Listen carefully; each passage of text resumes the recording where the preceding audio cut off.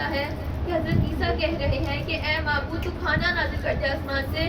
اگر آپ نے کھانا نازل کر دیا تو وہ دن عید کا ہو جائے گا۔ تو اب یہاں پر سوچنے کی بات یہ ہے، تفکر کی بات یہ ہے، غور کرنے کی بات یہ ہے کہ اگر اللہ تعالیٰ کی طرف سے آسمان سے کھانا آ جائے تو وہ دن قوم عیسیٰ کے لیے عید کا ہو جاتا ہے، تو جس دن اللہ تعالیٰ کی طرف سے وہ نبی آ جائے کہ جو محمد مصطفیٰ ہے،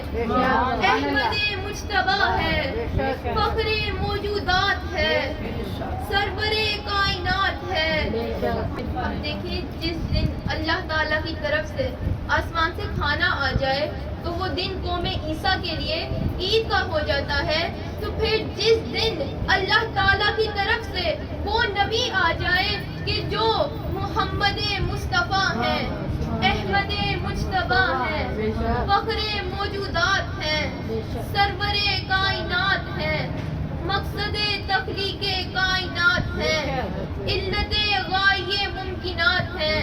آمنہ کا چاند ہے، دعائے ابراہیم ہے، نسل اسماعیل ہے، شجر طیبہ کا ثمر ہے، ہدایت کا چراغ ہے، معرفت الہی کا سراغ ہے، صداقت کا پھول ہے، امانت کا پرچار ہے،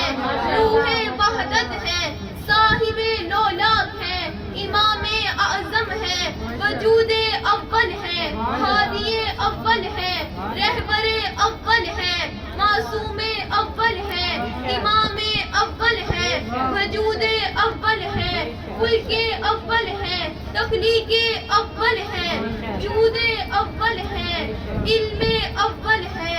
عقل اول ہے، مولائے کل ہے، ختم الرسل ہے، دانائے سبل ہے، سید ہے، مختار ہے، جواد ہے، یاسین ہے، طٰہٰ ہے، مزمل ہے،